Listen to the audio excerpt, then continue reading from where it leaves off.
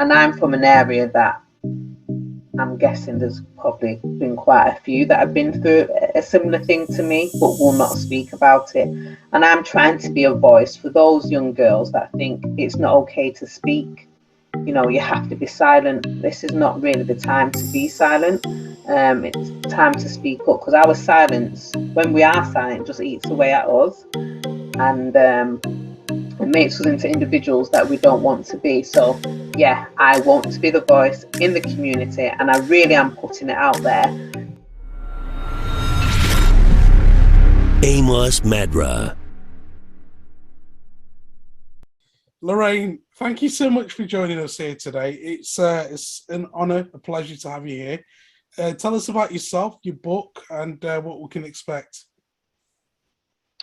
Right, okay, so I'm just trying to get over the shock myself. So what can I tell you about myself? So okay, I'm a mother of 4 beautiful children, beautiful annoying children, I have to say, because that's children for you. I've been married to my husband for 17 years. Yeah, and we've been together for 19 years. I have been writing a book about my experience and surviving CSA, which is childhood sexual abuse. I feel like I've been writing this book forever, and now I'm at the final stages, so it should be released in a matter of months, hopefully.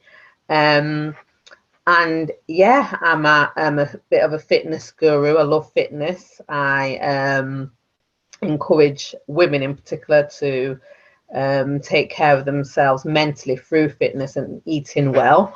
And yeah, that's me in a nutshell.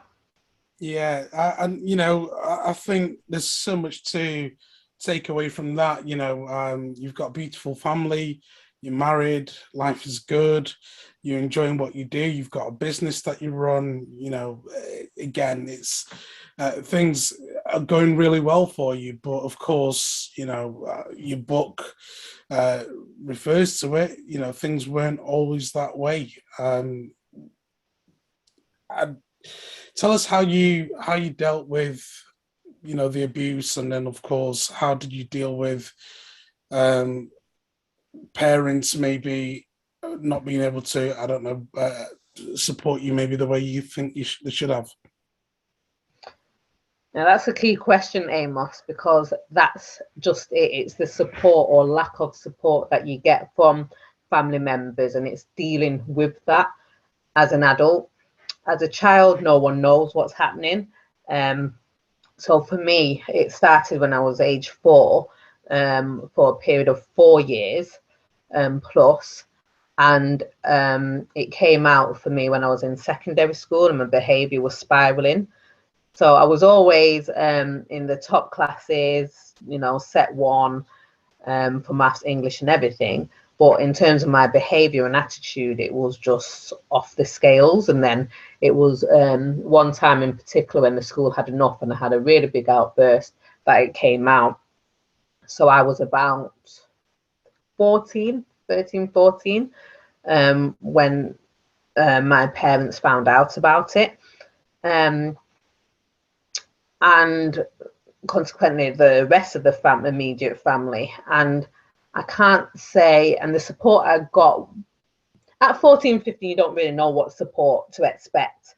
And it was a whole thing at first, because social services have to get involved, the police and X, Y, Z. I can't say lots and lots because then it'll spoil it before you read things in the book.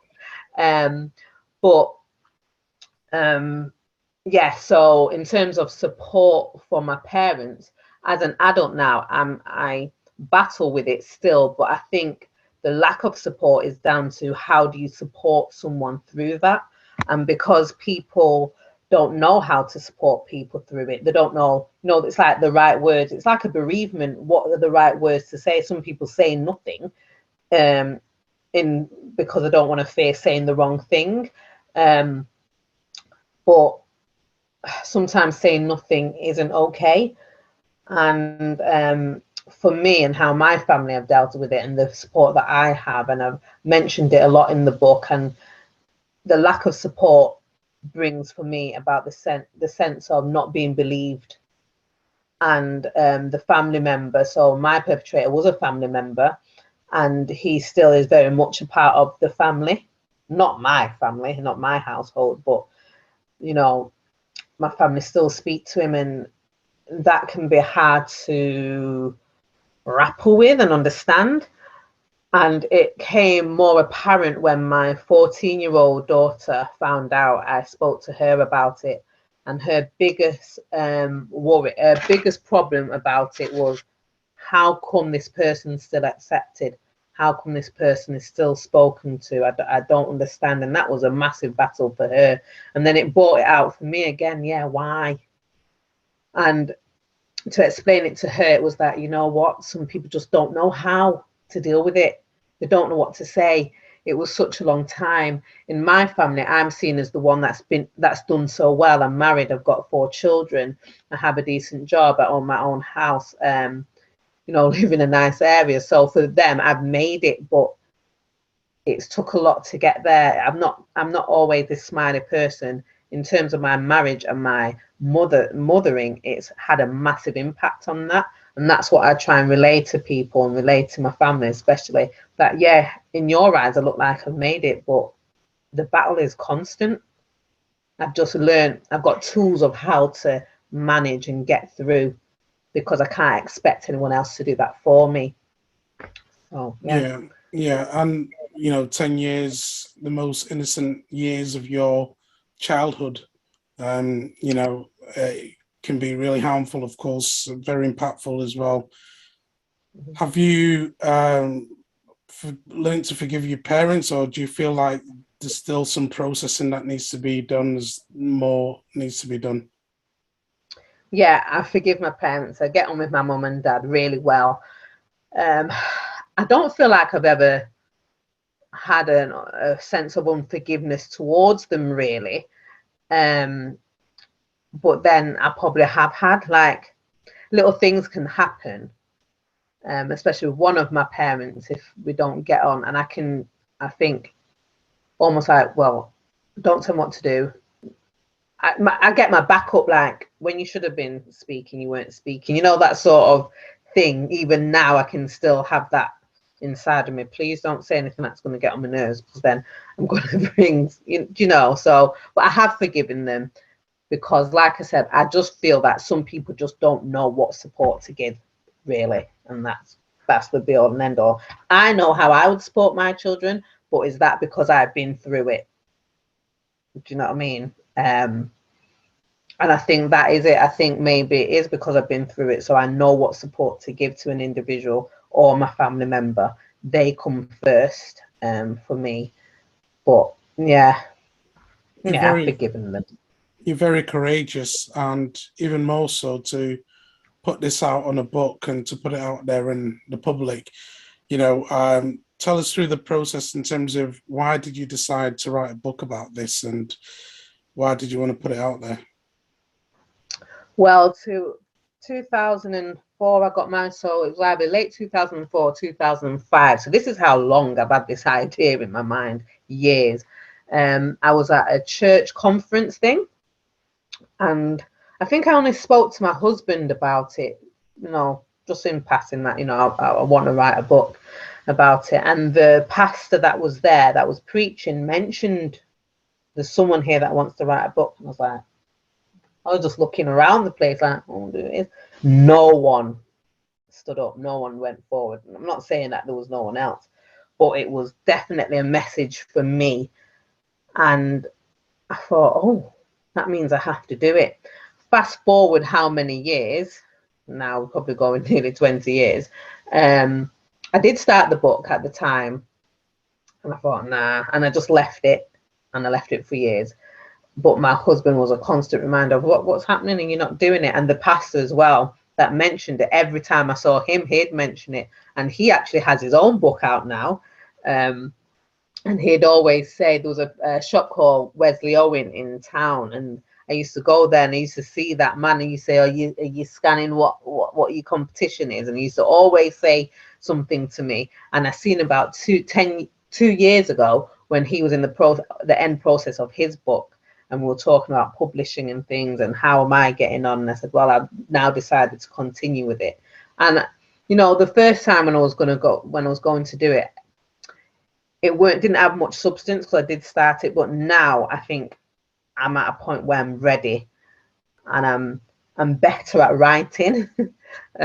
So yeah, so the process started way back, nearly 20 years ago, Amos. Wow. But I suppose, you know, there's a time for everything, and Yeah. maybe if you'd released it then, it wouldn't have had the same impacts as it would. Yeah. To now. And of course, you know, you've had time to prune, to think about what you want to put in there, and then also for you to reflect and think about what it is that you're writing. Yeah. You know, you spoke about how you've had support from your husband, the pastors. Talk to us about the people who surrounded yourself with and helped you to encourage you and just to push you forward. So apart from that pastor at the time, he would always encourage me because he wasn't my pastor, but when he'd see me, he would mention it. But my biggest support has to be my husband, and even when I've give up on this book several times, he's reminded me that it's not actually an option. And I remember saying to him once, do you know, if God gives you a word and you don't act upon it, is that being disobedient? Is it okay? You know, and he didn't even answer. He just looked at me to say, well, you know the answer to that. And I thought, okay then. Because I just thought, who wants to hear it? Everyone writes a book. Who's, you know, so there's probably people that have had there's lots of people that have a different experiences of the same thing. And but what is my book really going to do? So that doubt and lack of self-belief has been massive, and that has had an impact on the timing that it's taken. But like you said, that it's all about timing, and there is a time for everything. But he has always encouraged me, and he knows. He's actually read. I left it out once when I was writing it physically instead of typing in it, and he said that reads very well, and he said this is pretty good, love. So I said, oh, okay, yeah, maybe I'll continue. So yeah, it's just that thing of, is it going to really do well? Is anyone going to want to pick it up and read it? But yeah, I suppose so. Yeah, and the beauty with a book is it's a legacy as well, isn't it? It outlives, you know, usually it outlives the author because it'll be there for, you know, centuries and decades to come. You know, it's someone in the far, far, far future, you know, hundreds of years from now, will pick that book up and resonate with what's written in it and find encouraging words and find some support in it. So it's good that you're putting it out there. What can the reader expect from this book? Lots of moments. Really? Oh no. Lots of things like that, because I'm really putting it out there about myself. So there's a lot of transparency in it. People see me in a light that they haven't seen me before. I'm an only child for my mum and dad. I do have siblings on my dad's side, but in terms of my mum and dad, when they were together, they only have me. And a lot of people, everyone knows that I was spoiled. And I think they had this view of me. There's some adults in my life, people that are much older than me, who just thought I'm Loraine, who's so good, spoiled, has everything, that will hear things about me that they think, she went through that, she was like that. So there's things in the book I can tell you about promiscuity. There's lots of information about it in the book. So I'm putting it out there. And the reason I'm doing that is so that people understand the impact that childhood sexual abuse has on an individual as an adult, because I don't think people really realize the impact. Financially, it has an impact. You know, just knowing how to deal with your finances, it's really strange the impact that it can have. Because promiscuity is not a hard thing to understand because doors have been opened that shouldn't have been. So therefore, it can make women quite sexually active from a young age. So that one we can sort of understand, but other things like how it can impact on our finances, we don't understand. And I didn't understand. It was my husband that told me about that one, because before we got married, he did a load of research, and we both, he had his own counselling as a way of knowing how to understand someone who has been through this sort of trauma before or violation in their past. So he told me a lot of things that I didn't realize were an issue, or I would say, well, that's just an excuse, and I don't like to use things as an excuse. And he says, no, actually, it's a real thing. And as I've got older, I've understood that, oh yeah, it actually can impact you that way. So yeah, there's lots of things like that to expect. I also speak about how it's affected me as a mother. Me not actually wanting to have children, believe it or not, I've got 4, but there was a time that I didn't want to have children, and that's for 2 reasons that's brought out in the book. Issues with trust. When I first started dating my husband, that was a bit of an issue, not necessarily with girls, like infidelity, nothing like that. It was more to do with the fact that I had a child before I got married, and it was trusting him around her. And I remember when we spoke, Amos, over the weekend, I mentioned that I launched a company called Behind That Mask of Mum and Dad. And in that, when I launched it, we spoke, my husband gave his side of how it is to live with a woman who has been through, who has been violated, and the impact it can have on your marriage, your sexual life, trust issues.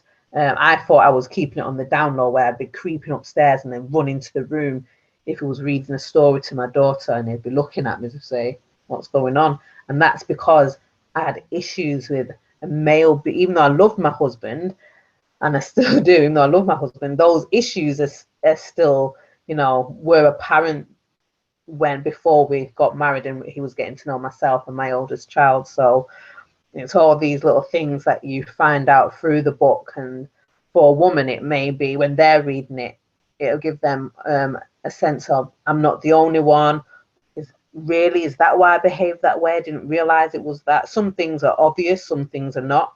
And for a man reading the book, it may help him to understand his wife, his partner, his cousin, his niece, people in his family, why they may behave that way. So primarily, who's the book for? Women, but not just women. Men can read it and get a better understanding of the people, the person that they're living with, married to, so yeah. Beautifully answered. Thank you so much, Loraine, for that.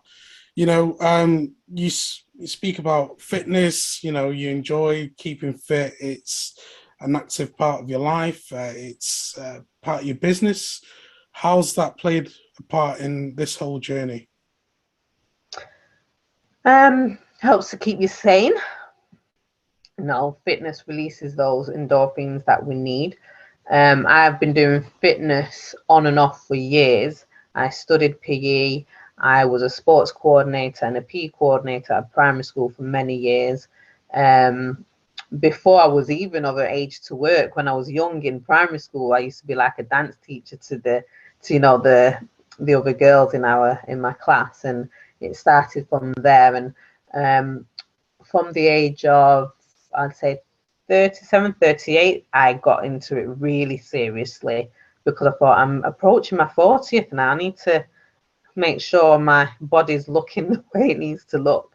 And then from then, it's just become a thing of me encouraging women to look after themselves, if they want to lose weight, yes, that's great and that's good, but the process of losing weight in a healthy way, not drastically, and a way that you should be able to keep up, stay on top of. So not fad diets, because I'm not into fad diets, but eating right so it's sustainable, so you can keep it up. And that's being physically active for me has helped me massively, because it's time where I can just focus on me. Yeah, I'm focusing on my body, but there's no other sound apart from me just doing what I need to do. I'm injured at the moment, so I can't go out for a run, but I love running. I'm hoping I can take that up again. But in the meantime, I do lots of other, like exercises. So yeah, it's really important, really, for me. Like I said, I've always done it in different forms, and I cannot see myself ever not doing fitness. So in terms, going back to the book again, once it's launched, are you going to be doing workshops? Are you going to be doing events, hosting events for the book? Are you to help others? Yeah, so yeah, I will be doing workshops and I will be doing other events once it's launched. I'd like to help people really understand it in their minds, really, what, the impact that it can have. I'd like to go as far and as wide as I can, really, with it, just to be a voice. And when I say to be a voice, because in our community, in the Black community, it really isn't spoken about. And I'm from an area that I'm guessing there's probably been quite a few that have been through a similar thing to me, but will not speak about it. And I'm trying to be a voice for those young girls that think it's not okay to speak. You have to be silent. This is not really the time to be silent. It's time to speak up, because our silence, when we are silent, just eats away at us, and it makes us into individuals that we don't want to be. So yeah, I want to be the voice in the community, and I really am putting it out there. In the book, I'm saying it all about me, and yeah, I want to help people. So we'll definitely be doing workshops about it on the back of the launch. And can people connect with you now? Can they find out more about what you do? Yeah, see, I'm really trying to get with social media. So I have a fitness page on Instagram that I push, but I need to push this more. But people can find me through my fitness page. And I do have a Facebook page, Amos, but you know what? I don't think I did it properly. So I need Got to some work set it to up do. Yeah, it's work to do. Yeah, Well, it'll be up there, yeah. So yeah, it just will be search there. Loraine Clarke. Is there any? What's your social media handle? So I'm at Mummy of 4 Pure Fitness. Okay, Mummy of 4 Pure Yeah, Fitness, and that's your yeah. Instagram And it's handle. for the number 4. Yeah, Mummy of number 4 Pure Fitness Instagram. Yeah, yeah. Fantastic. Wow, Loraine, it's difficult to talk about these subjects. It's really hard to, where do you start? What do you talk about? How far can you go in these conversations? But, I'm just grateful for you for stepping out, putting yourself outside your comfort zone, to say nothing grows in a comfort zone. You've completely put yourself in such a difficult position, but when you believe that what you're doing and what you're saying is the truth, and it's important that you speak your truth and you empower other women. As you said, they are people who've gone through this, who are going through this, and just don't have the support, the resources to help them. But because of you and because of your book, because of what you're doing, you're changing that narrative. And for that, I just want to say huge thank you. And, we honor you for that. Thank you. Thank you. Thanks a lot. If you want some amazing inspiration, check out the videos next to me, and I'll see you right there.